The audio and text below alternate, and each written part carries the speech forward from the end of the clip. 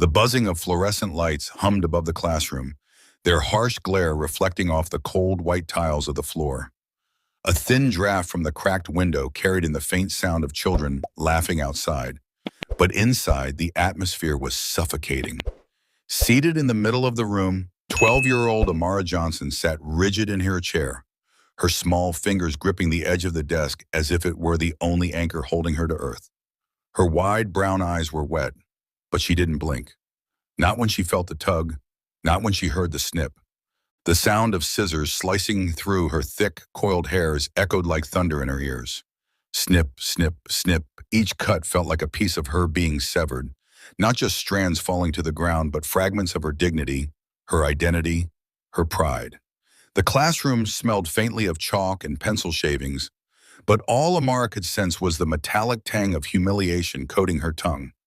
Standing behind her, Mrs. Whitaker, the school's fifth-grade teacher, pressed her lips into a tight, righteous line. Her pale knuckles wrapped tightly around the scissors, her movements brisk, decisive. She muttered under her breath, something about neatness, about standards, but the words blurred, swallowed by the racing in Amara's chest. Around them, the other children sat frozen. Some averted their eyes, staring holes into their notebooks. A few peeked, wide-eyed, then quickly looked away, afraid that if they stared too long, they might be next. A silence had settled over the room, heavier than any detention, more suffocating than any lecture.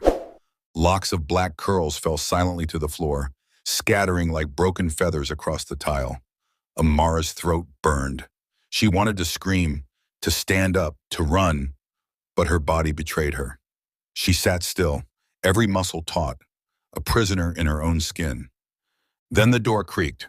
A shadow stretched across the classroom floor, long and sharp. The hinges groaned as the door opened wider, revealing a woman framed in the doorway. She was tall, graceful, her face beautiful even in its fury. Her presence alone seemed to pull the oxygen from the room. It was Amara's mother. Her eyes locked instantly on the scene before her. Her daughter, shorn and trembling, hair littering the ground like discarded treasure, and the teacher, scissors poised midair. For a moment, time froze. The classroom no longer felt like a room of children and desks. It felt like the stage of a confrontation that could shatter everything. Mrs. Whitaker's hand trembled ever so slightly, but she forced her chin up, swallowing, because she knew in that instant she was caught. The silence in the classroom lingered, thick and suffocating, as Amara's mother stepped fully into the room. Her name was Nadine Johnson.